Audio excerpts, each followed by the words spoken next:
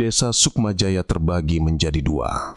Secara fisik, desa itu subur dan damai, dikelilingi sawah menghijau dan bukit-bukit yang menjulang.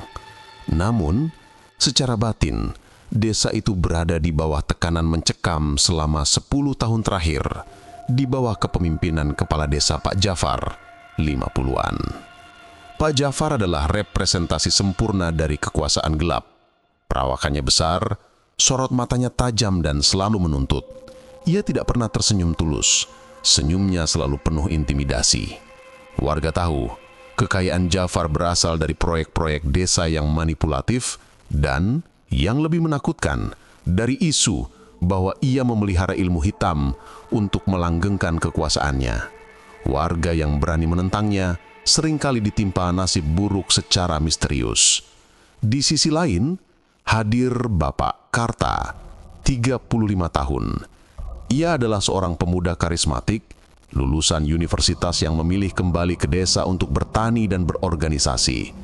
Karta berpenampilan sederhana, namun sorot matanya penuh kejujuran dan semangat membara. Ia memiliki seorang istri, Ibu Wati, 30-an, yang lembut namun kuat, dan putra sematawayang, Timo, 10 tahun, yang priang. Karta adalah representasi harapan yang mulai tumbuh di hati warga yang lelah. Pilkades tinggal 2 bulan lagi. Tidak ada yang berani melawan Pak Jafar, hingga Karta memutuskan maju. Awalnya, warga pesimis dan takut. Namun di sore yang cerah di bawah pohon beringin tua, Karta menyampaikan pidato pertamanya. Ia tidak menyerang Jafar, melainkan memaparkan visi tentang transparansi dan pembangunan desa yang adil. Sukmajaya bukan milik satu orang, ujarnya. Suaranya lantang dan berwibawa. Tapi milik kita semua. Mari kita rebut kesejukan dari tangan ketakutan. Pidato itu menyentuh hati. Perlahan, satu persatu warga yang tadinya takut mulai berani menampakkan dukungan. Malam itu, Pak Jafar menerima laporan intelnya. Wajahnya yang biasanya dingin kini memerah karena amarah. Jumlah pendukung Karta jauh melampaui yang ia duga. Ia duduk di ruang kerjanya yang gelap, dikelilingi patung-patung kayu yang menyeramkan. Ia mengambil sebuah keris kecil yang tersembunyi di balik lukisan. Jemarinya membelai bilah keris itu dengan tatapan penuh kebencian. Karta, Karta, kau pikir keberanianmu bisa mengalahkan 10 tahun kekuasaanku? Bisiknya serak. Jika cara halus tak mempan, cara keras harus digunakan. Kau akan tahu betapa kejamnya Pilkades ini. Di kejauhan, di rumah Karta, Ibu Wati sedang menjahit baju Pilkades berwarna putih bersih, penuh harapan. Sementara di saat yang sama, bau menyan yang aneh mulai tercium tipis, terbawa angin malam yang dingin, seolah sebuah kekuatan jahat baru saja terbangun dari tidurnya. 2 minggu berlalu. Dukungan terhadap Bapak Karta semakin tak terbendung. Warga yang dulu diam, kini berani terang-terangan memasang spanduk Karta. Bahkan Pak Bima, seorang tokoh agama yang disegani dan dikenal netral, mulai hadir di setiap pertemuan Karta. Ini adalah tamparan keras bagi Pak Jafar, yang selalu mengklaim memiliki dukungan mutlak dari tokoh masyarakat. Karta dan Ibu Wati mengadakan survei internal secara diam-diam. Hasilnya mengejutkan. Karta unggul 15% suara. Karta bahagia. Namun dalam hatinya, ia merasakan kegelisahan. Ia tahu kemenangan ini akan datang dengan harga yang mahal. Kabar hasil survei itu sampai ke telinga Jafar dari kaki tangannya. Denny, seorang pemuda oportunis yang haus uang. Di ruang kerjanya, Jafar berdiri di depan cermin, melihat pantulan dirinya yang penuh amarah. Ia memukul meja dengan keras, membuat patung kayu di sudut ruangan bergetar. 15%? Sejak kapan Sukmajaya berani menentangku? Raungnya, wajahnya pucat pasi. Bukan karena takut, tapi karena marah besar karena harga dirinya diinjak-injak. Denny yang ketakutan berbisik.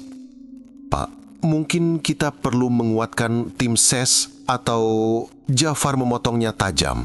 Tim ses? Sudah terlambat. Ini bukan soal kampanye lagi, Denny. Ini soal kekuasaan abadi. Malam itu, Dengan mengendarai mobil hitam tanpa lampu, Jafar menuju ke pinggiran desa, ke arah Bukit Wesi. Tujuannya adalah Goa Batu Hitam, tempat yang selama bertahun-tahun ia datangi untuk memelihara dan memperkuat ilmu hitamnya. Goa itu gelap, lembab, dan berbau anyir. Di sana, duduklah Dukun Sabdo, usia tak terdefinisi, kurus kering, mata cekung, dan selalu tertutup. Sabdo adalah sumber kekejaman Jafar. Jafar berlutut. Emosi yang ia rasakan adalah campuran antara ketakutan kehilangan dan nafsu kekuasaan yang tak terpuaskan. Guru, suara Jafar bergetar. Anak muda itu, Karta, dia menghancurkan rencanaku. Aku minta kau bertindak segera. Dukun Sabdo tidak membuka mata. Suaranya serak dan dingin seperti batu nisan. Aku sudah merasakan benih keberanian di desa ini, kata Sabdo perlahan. Energi Karta murni, sulit dihancurkan dengan cara biasa. Harganya mahal. Jafar menelan ludah. Ia tahu apa maksud Sabdo. Lakukan, nyawa atau hartaku, aku serahkan. Hanya pastikan Karta hancur sebelum hari pemilihan. Dukun Sabdo menyeringai tipis, memperlihatkan gusi hitamnya. Di tangannya, sebuah tanah kuburan yang terbungkus kain hitam mulai mengepulkan asap tipis yang berbau busuk. Sejak malam di Gua Batu Hitam, suasana di rumah Bapak Karta terasa aneh. Ibu Wati yang biasanya ceria mulai merasakan sakit kepala berkepanjangan dan mimpi buruk tentang lumpur dan jeritan. Ia tidak berani menceritakannya pada Karta karena takut suaminya khawatir. Timo, putra mereka, juga mulai berubah. Ia menjadi pendiam dan sering menatap kosong ke sulut-sulut ruangan, seolah melihat sesuatu yang tidak terlihat. Puncaknya terjadi saat Karta sedang rapat kecil dengan beberapa tokoh desa. Tiba-tiba, dari arah belakang rumah, terdengar senandung lirih yang dingin. Senandung itu seperti lagu duka dari kejauhan. Karta dan Ibu Wati bergegas ke belakang. Mereka mencari sumber suara, tetapi tidak menemukan siapapun. Di bawah jendela kamar Timo, mereka menemukan tumpukan tanah hitam yang masih basah. Ketika Ibu Wati menyentuhnya, ia menjerit kesakitan dan segera menarik tangannya. Di atas tanah itu, terdapat 7 helai rambut hitam yang diikat dengan benang merah. Karta, meskipun seorang rasionalis, merasakan ketakutan yang dingin. Ia tahu betul, tanah yang diletakkan di bawah jendela kamar tidur adalah pertanda santet paling kejam yang bertujuan menyerang penghuni kamar. Ini adalah pesan yang sangat jelas dari Jafar. Wati, jangan sentuh lagi, kata Karta malam itu. Karta memutuskan mereka semua tidur di satu kamar, kamar utama. Ia menaburkan garam dan membacakan doa-doa sebisanya di ambang pintu dan jendela kamar Timo. Pukul 2 dini hari, desa sepi. Timo, yang tidur di tengah Karta dan Wati, tiba-tiba mengigau dengan suara yang bukan suara anak-anak. Suara itu berat, serat, seperti suara orang tua yang marah. Pulang. Aku akan ambil yang paling kau cinta. Darah harus dibayar darah. Timo kejang-kejang. Wati menjurit histeris. Karta memeluk putranya kuat-kuat, namun tubuh Timo terasa sangat dingin, seolah semua kehangatan hidupnya ditarik keluar. Karta menatap ke jendela kamar. Samar-samar ia melihat siluet sepasang mata merah yang menatap lurus ke arah mereka sebelum bayangan itu menghilang seketika. Karta berusaha tenang meskipun tangannya bergemetar. Ini ulah mereka. Mereka mulai menggunakan cara kotor. Setelah insiden kejang misterius di malam hari, Bapak Karta membawa Timo ke puskesmas desa. Dr. Hendra, yang berteman baik dengan Karta, melakukan pemeriksaan menyeluruh. Secara medis Timo sehat, tidak ada demam, tidak ada infeksi, kata Dr. Hendra dengan wajah bingung. Tapi kondisinya lemah sekali, seperti kelelahan jiwa. Karta tahu ini bukan penyakit biasa. Ia yakin ini adalah ulah santet kejam dari Pak Jafar. Namun, ia harus menjaga kerahasiaan ini dari publik agar warga tidak panik dan Jafar tidak mendapatkan kepuasan. Kembali ke rumah, Ibu Wati mulai menunjukkan tanda-tanda trauma psikologis dan serangan gaib yang lebih parah. Saat Wati menyiapkan makanan untuk Timo, tiba-tiba ia mendengar suara bisikan tajam di telinganya. "Kau akan lihat anakmu mati. Kau tak pantas bahagia." Wati menjerit dan menjatuhkan piring. Ia melihat bayangan hitam melintas cepat di depannya, meninggalkan bau amis yang menyengat. Ia kini dilanda kecemasan ekstrim, takut untuk tidur, takut untuk sendiri, dan yang paling mengerikan, takut untuk mendekati Timo karena merasa dirinya membawa sial. Karta menyadari, Jafar tidak hanya menyerang tubuh, tapi juga mental orang-orang yang dicintai Karta. Ini adalah strategi kejam untuk membuat Karta patah semangat dari dalam. Malam harinya, Karta duduk sendirian di teras. Ia melihat wajah Ibu Wati yang sembab dan Timo yang tertidur lelap, namun wajahnya pucat. Seorang anggota tim sesnya, Pak Jaya, datang diam-diam. "Tak, beberapa pendukung kita mulai mundur. Mereka takut. Mereka bilang melawan Jafar sama dengan melawan setan." Karta menutup mata, merasakan beban yang luar biasa. Ia dihadapkan pada pilihan yang kejam. Mundur dari Pilkades demi menyelamatkan istri dan anak dari serangan santet, atau terus berjuang namun mempertaruhkan nyawa dan kesehatan keluarganya. Dengan air mata yang mengalir, Karta menatap ke arah kantor desa Jafar yang gelap di kejauhan. Bukan hanya kekuasaan yang ia pertaruhkan, tapi juga jiwanya. Karta memutuskan untuk tidak mundur. Keputusannya didorong oleh amarah dan tekad untuk mengakhiri tirani Jafar. Tapi ia tahu ia butuh bantuan spiritual. Ia teringat pada cerita lama, ada seorang mantan dukun baik di desa tetangga, Mahpawiro, yang dulunya bertarung melawan ilmu hitam Jafar dan kini menghilang misterius. Karta diam-diam mendatangi Pak Bima, tokoh agama yang sempat mendukungnya. Karta menceritakan semua teror yang dialaminya, termasuk tanah kuburan dan kejang Timo. Pak Bima terkejut, namun sorot matanya menunjukkan ia sudah menduga hal ini. "Jafar sudah melewati batas, ta?" bisik Pak Bima. "Mahpawiro tidak hilang. Dia diasingkan oleh Jafar ke sebuah gubuk terpencil di hutan larangan. Dia satu-satunya yang tahu titik lemah Jafar." Karta segera bertekad mencari Mahpawiro.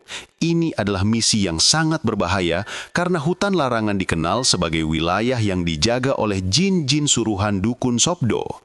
Sebelum pergi, Ibu Wati memeluknya erat, air matanya membasahi baju Karta. "Jangan pergi, Mas. Aku takut sendirian."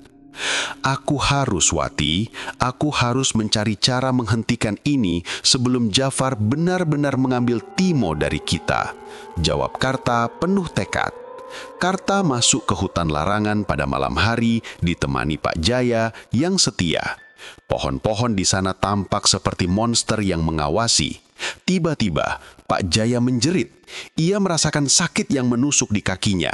Ketika Karta menyalakan senter, ia melihat kaki Jaya membengkak dan menghitam, seperti digigit ular berbisa. Padahal tidak ada ular di sana. "Kita diserang, tah. Mereka tahu kita di sini," pekik Jaya kesakitan. Karta melihat sepasang mata merah yang ia lihat di rumahnya, kini muncul lagi, melayang-layang di antara pepohonan. Karta tahu santet itu mengikutinya. Ia harus meninggalkan Pak Jaya dan berlari sendirian menuju gubuk Mahpawiro sambil merasakan napas ilmu hitam mengejarnya di setiap langkah. Karta berhasil mencapai gubuk reot Mbah Pawiro di tengah hutan. Mbah Pawiro, 70-an, kurus dan rapuh, tetapi matanya memancarkan kebijaksanaan dan kesedihan. Ia sudah menunggunya. "Aku tahu kau akan datang, Karta. Aku tahu kau membawa duka Sukmajaya bersamamu," kata Mbah Pawiro tanpa basa-basi. Karta menceritakan seluruh teror tentang Timo dan Wati. Mbah Pawiro mengangguk. Jafar menggunakan ilmu jarum sukma yang dipelihara dukun Sabdo. Ilmu itu tidak membunuh cepat, tapi perlahan menarik energi kehidupan dari korbannya, menjadikan mereka lumpuh lalu mati. Korban utamanya adalah Timo. "Apa yang harus kulakukan, Mbah? Bagaimana cara mengalahkannya?" Tanya Karta, suaranya penuh keputusasaan. Mbah Pawiro menatap Karta dengan tajam. Untuk mengalahkan Jafar, kau tidak bisa menyerang dia, tapi kau harus menghancurkan sumber kekuatannya. Mbah Pawiro mengungkapkan rahasia kejam Jafar. Jafar membuat perjanjian darah dengan Sabdo 10 tahun lalu. Kekuatannya bukan pada keris atau jimat, melainkan pada sebuah guci tanah liat tua yang dia kubur di bawah pohon beringin tua di tengah alun-alun desa. Guci itu berisi tumbal Jafar, energi jiwa yang ia curi dari orang-orang tak bersalah. Selama guci itu utuh, Jafar tak terkalahkan dan santetnya takkan berhenti. Pilkades ini adalah puncak tumbal berikutnya. Kau harus menghancurkan guci itu, Karta. Tapi perhatikan baik-baik. Mbah Pawiro memperingatkan. Guci itu tidak bisa dihancurkan sembarangan. Kau harus menggunakan air suci 7 sumur dan menghancurkannya tepat pada malam Jahanam, malam terakhir sebelum Pilkades, saat santet Jafar mencapai puncaknya. Karta kini tahu apa yang harus dilakukan, tetapi resiko yang harus ia ambil jauh lebih besar. Apakah ia bisa mengumpulkan air suci 7 sumur sebelum nyawa Timo direnggut santet? Bapak Karta kembali dari hutan larangan. Wajahnya keras, penuh tekad. Ia tahu, ia hanya punya waktu 3 hari sebelum malam Jahanam dan Pilkades. Di rumah, Ibu Wati semakin kurus, matanya cekung karena kurang tidur, dan Timo kini hanya bisa terbaring lemah, sesekali kejang. Karta menjelaskan rencana kepada Wati dan Pak Bima. Ia harus mengumpulkan air dari 7 sumur keramat yang tersebar di 7 penjuru desa dan desa tetangga. Ini bukan air biasa, jelas Karta. Ini lambang persatuan 7 wilayah. Hanya air ini yang bisa membatalkan sihir tanah kuburan Jafar. Perjalanan Karta dimulai. Di setiap sumur, ia disambut bukan oleh orang, melainkan oleh teror gaib yang dipasang oleh dukun Sabdo. Sumur pertama, Sumur Pandan. Karta melihat wujud Timo berdiri di tepi sumur, pucat dan memanggilnya. "Ayah, jangan tinggalkan aku." Itu adalah ilusi yang mencoba membuatnya lengah. Karta menutup mata, mengingat wajah Wati, dan berhasil mengambil air. Sumur ketiga, Sumur Rengganis. Saat Karta menimba, tali ember tiba-tiba terasa sangat berat, seolah ada yang menariknya dari bawah. Terdengar tawa setan yang menggelegar dari dalam sumur. Karta menggunakan semua kekuatannya, memaksakan diri, dan mendapatkan airnya. Sumur kelima, Sumur Angker. Ketika Karta tiba, sumur itu kering. Di dasarnya, ia melihat seekor ular hitam besar melingkar dengan mata yang bersinar merah. Jelas bukan ular biasa, melainkan jelmaan penjaga santet. Karta harus mencari ritual penarik air di tengah hutan, membuang waktu berharga. Sementara Karta berjuang di luar, Ibu Wati di rumah harus berjuang melawan serangan psikis yang tak henti. Ia melihat bayangan Jafar melayang di atas Timo. Di saat rasa takutnya memuncak, Wati teringat ucapan Karta. Harapan adalah perlawanan terbaik. Wati yang lemah memaksa dirinya berdiri.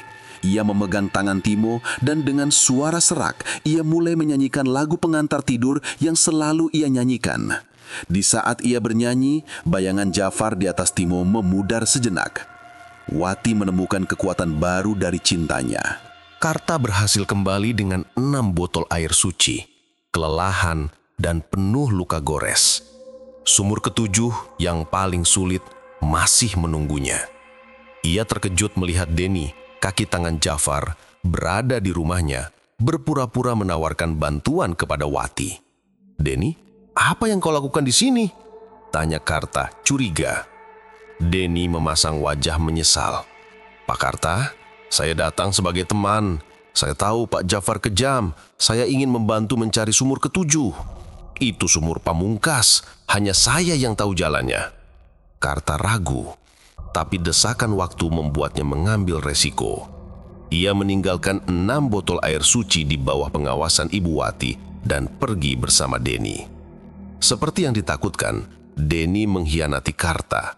Di tengah perjalanan menuju sumur pamungkas, Denny menyerang Karta, namun Karta berhasil meloloskan diri.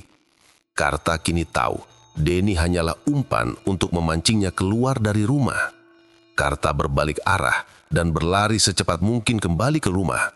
Ia tahu bahaya yang sebenarnya ada di rumah bersama 6 botol air suci. Di rumah, Ibu Wati yang kelelahan dan tertekan sempat tertidur sebentar di samping Timo. Saat itu, Dukun Sabdo sendiri datang dalam wujud bayangan asap yang keji. Sabdo tidak melukai Wati. Ia hanya berjalan ke tempat 6 botol air suci diletakkan. Dengan gerakan cepat, ia meneteskan cairan hitam kental dari jarum ke setiap botol. Cairan itu adalah racun gaib yang akan mengubah air suci menjadi alat yang justru akan memperkuat santet Jafar jika digunakan. Wati terbangun karena bau busuk. Ia melihat Sabdo menghilang, namun ia tidak tahu apa yang telah terjadi pada air itu. Ia hanya melihat botol-botol itu tampak baik-baik saja, namun kini memancarkan aura gelap yang samar. Karta tiba di rumah, terengah-engah. Ia melihat botol-botol itu dan mata Wati yang penuh ketakutan. "Wati, apakah air ini disentuh orang lain?" tanya Karta panik. Wati menggeleng. Ia berbohong untuk melindungi Karta dari rasa panik atau karena ia sendiri tidak yakin apa yang dilihatnya. Karta tidak tahu senjata terpentingnya kini telah menjadi bumerang paling mematikan. Tinggal 1 malam lagi menuju Pilkades. Malam jahanam telah tiba. Timo berada di ambang kematian. Nafasnya sangat lemah. Denyut nadinya nyaris tak terasa. Karta harus mengambil keputusan. Menggunakan 6 botol air suci yang sudah terkumpul, meskipun ia curiga dan belum lengkap, untuk menghancurkan guci tumbal Jafar. Mengorbankan kesempatan untuk mencari sumur ke-7 dan menunda penghancuran guci yang berarti mengorbankan Timo. Karta menatap Ibu Wati. Wati meskipun ketakutan mengangguk. "Mas, jika ini kesempatan terakhir kita, lakukan. Kita tidak bisa menunggu lagi." Karta mengambil 6 botol itu. Ia percaya pada intuisi Wati, tapi ia mengabaikan rasa cemas di hatinya. Keputusan fatal telah dibuat. Tepat pukul 00.00, Karta menuju alun-alun desa, tempat pohon beringin tua berdiri gagah. Di sana, Pak Dima telah menunggu. Sementara itu, di kantor desa, Pak Jafar duduk di kursinya, menyeringai puas. Saatnya Dukun Sabdo. Biarkan dia mencoba menghancurkannya. Dia hanya akan menguatkan posisiku. Di bawah beringin tua, Karta dan Bima menggali. Mereka menemukan guci tanah liat tua yang terbungkus akar-akar. Guci itu bergetar, memancarkan aura hitam. Karta membuka tutup ke-6 botol air suci yang kini terasa dingin dan berat. "Siap, Bima? Lakukan tak?" Karta mulai menyiramkan air suci yang telah diracuni ke guci. Begitu tetesan pertama mengenai guci, alih-alih meredup, guci itu bersinar dengan cahaya hitam yang lebih kuat. Karta dan Bima terkejut.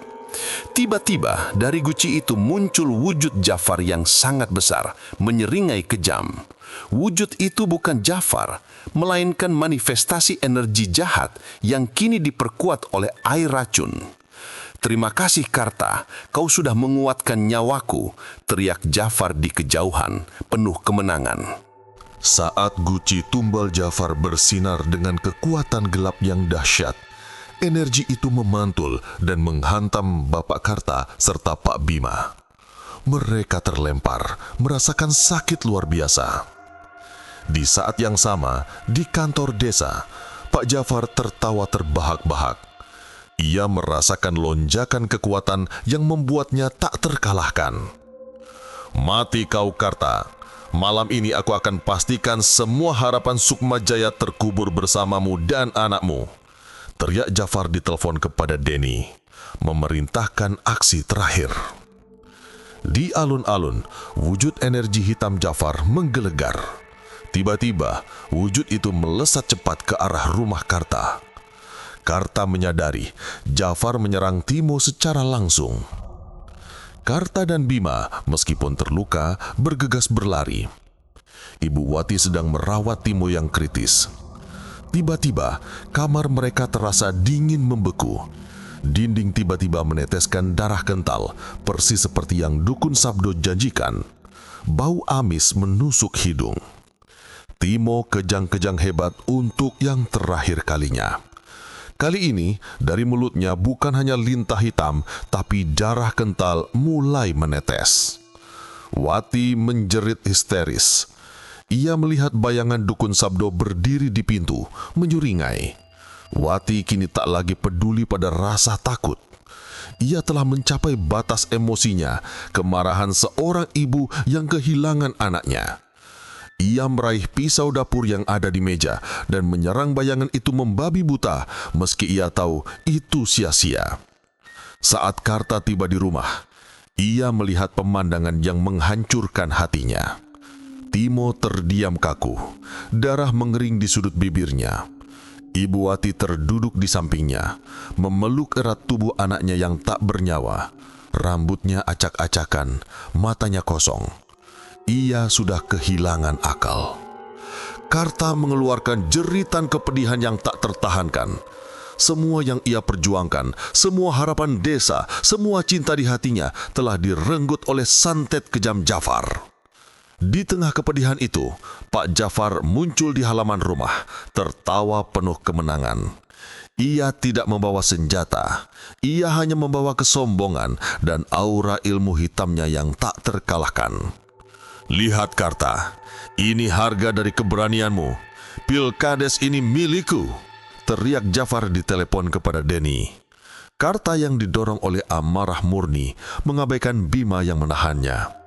Karta tidak melawan dengan ilmu, melainkan dengan kekuatan fisik dan dendam tak terbatas. Ia menerjang Jafar, memukulnya dengan brutal. Jafar yang terlindungi oleh sihir tertawa saat Karta memukulinya. Pukulan Karta tidak melukai Jafar, tapi malah membuat tangan Karta berdarah. "Bodoh, kau tidak bisa menyentuhku," ejek Jafar. Bima yang tersadar berteriak, "Guci itu tak! Jafar terhubung ke Guci, hancurkan Guci itu!" Karta menatap kembali ke alun-alun, ke pohon beringin yang memancarkan aura gelap. Ia menyadari, ia tak bisa menyentuh Jafar secara fisik. Ia harus menyerang pusat kekuatannya. Karta mengambil pacul yang ada di dekat pintu dan berlari kencang kembali ke alun-alun. Jafar panik dan mengejarnya. Di bawah beringin tua itu, Karta mengambil sumur ketujuh yang belum ia ambil, sumur pamungkas yang akhirnya diambil Bima saat Karta bertarung. Jafar tepat di belakangnya. Jafar mengaktifkan sihirnya. Tubuh Karta terasa sangat berat, seperti dipeluki ribuan jarum. Jafar berteriak, "Kau akan mati di sini, Karta!" Karta merasakan kekuatannya hilang. Di saat yang sama, ia menatap Guci. Ia tidak akan mengulangi kesalahan yang sama. Ia tidak akan menyiram air itu. Dengan sisa tenaga terakhirnya dan wajah penuh air mata dan dendam, Karta mengayunkan pacul itu dengan sekuat tenaga dan memukul Guci tanah liat hingga pecah berkeping-keping. Begitu Guci itu hancur, jeritan pilu memecah kesunyian malam. Bukan dari Karta, melainkan dari Pak Jafar. Jafar ambruk di tanah, tubuhnya mulai menghitam dengan cepat. Dari perutnya, darah hitam menyembur keluar. Ia merangkak, matanya melotot menatap Karta. Santet kejam itu makin berbalik dan menyerang pemiliknya sendiri. Fajar menyingsing di atas Sukmajaya, tetapi desa itu tidak disambut oleh cahaya harapan, melainkan oleh kengerian. Pak Bima menelpon polisi dan mengumpulkan warga yang ketakutan. Polisi tiba dan menemukan 2 mayat.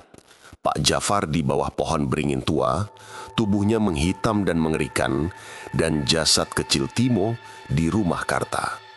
Berita tentang kematian mengerikan Jafar dan hilangnya nyawa Timo menyebar cepat.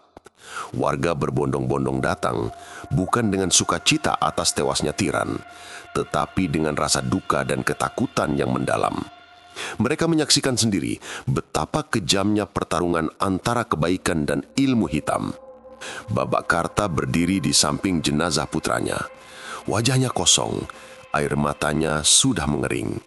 Ia telah memenangkan pertempuran melawan kezaliman dan santet, tetapi kehilangan segalanya yang paling berharga. Ibu Wati tidak menangis atau menjerit lagi. Ia duduk diam di sudut kamar, memeluk baju pilkades berwarna putih yang tadinya penuh harapan. Matanya menatap kosong, mulutnya sesekali tersenyum aneh, menunjukkan bahwa jiwanya telah hancur oleh trauma. Karta menyadari, kemenangan ini adalah kemenangan yang hampa. Ia membebaskan desa, tetapi mengorbankan keluarganya. Hari itu, pilkades seharusnya digelar. Namun dengan meninggalnya salah satu kandidat dan bencana yang terjadi, pemilihan dibatalkan. Desa Sukmajaya kini dipimpin sementara oleh PLT Kepala Desa. Meskipun Jafar sudah mati, aura gelap tidak sepenuhnya hilang. Warga yang tadinya mendukung Karta, kini justru menyalahkan dia. Seandainya Karta tidak mencalonkan diri, Timo masih hidup. Dia memang jujur, tapi dia membawa malapetaka ke desa ini. Karta yang seharusnya menjadi pahlawan, kini dianggap sebagai pembawa sial oleh sebagian warga yang trauma. Mereka tidak mengerti bahwa Karta melakukan itu untuk mereka. Di saat desa berduka, Pak Bima dan Karta kembali ke Gua Batu Hitam. Mereka menemukan dukun Sabdo tergeletak tewas di ruangannya. Tubuhnya kaku dan di tangannya tergenggam pecahan guci tumbal Jafar. Bima menjelaskan, ketika guci itu dihancurkan, ikatan santet kejam Jafar terputus. Kekuatan itu bukan hanya membunuh Jafar, tetapi juga menarik nyawa Sabdo yang menjadi pengikat utama. Ilmu hitam itu memakan tuannya sendiri. Karta menutup mata. Meskipun sumber kejahatan sudah musnah, hal itu tidak bisa mengembalikan Timo atau kewarasan Wati. Ia telah mengakhiri teror, tetapi teror itu meninggalkan luka yang tak tersembuhkan di jiwanya dan desa. Kemenangan Karta terasa pahit. Seminggu setelah malam jahanam, pemakaman Timo diadakan dengan duka yang mendalam. Desa Sukmajaya sepi, hanya segelintir warga yang berani datang, termasuk Pak Bima dan Dr. Hendra. Bapak Karta berdiri di samping liang lahat, memeluk erat jaket kecil milik Timo. Ia tidak mengucapkan sepatah kata pun. Ia telah menjadi cangkang kosong dari pria karismatik yang membawa harapan ke desa. Ibu Wati hadir, tetapi ia tidak dekat dengan makam.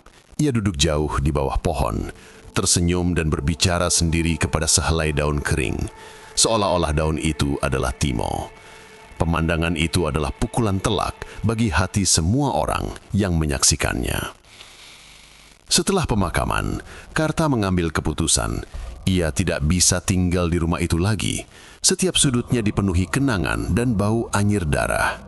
Ia menyerahkan seluruh tanah dan asetnya kepada Pak Bima, meminta agar digunakan untuk membangun perpustakaan atau taman bermain untuk anak-anak desa.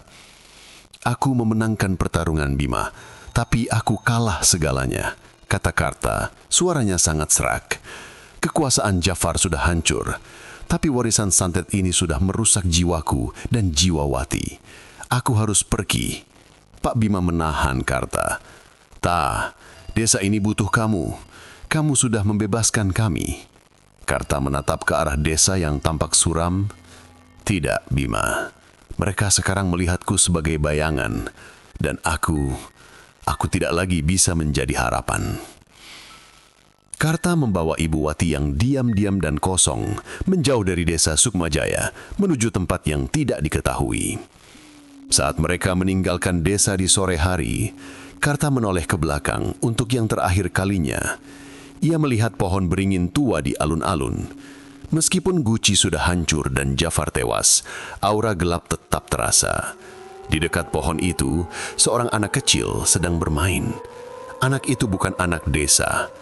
Ketika anak itu menoleh ke arah Karta, Karta terkejut melihat mata anak itu bersinar merah sejenak, persis seperti mata yang ia lihat saat santet kejam itu pertama kali menyerang rumahnya.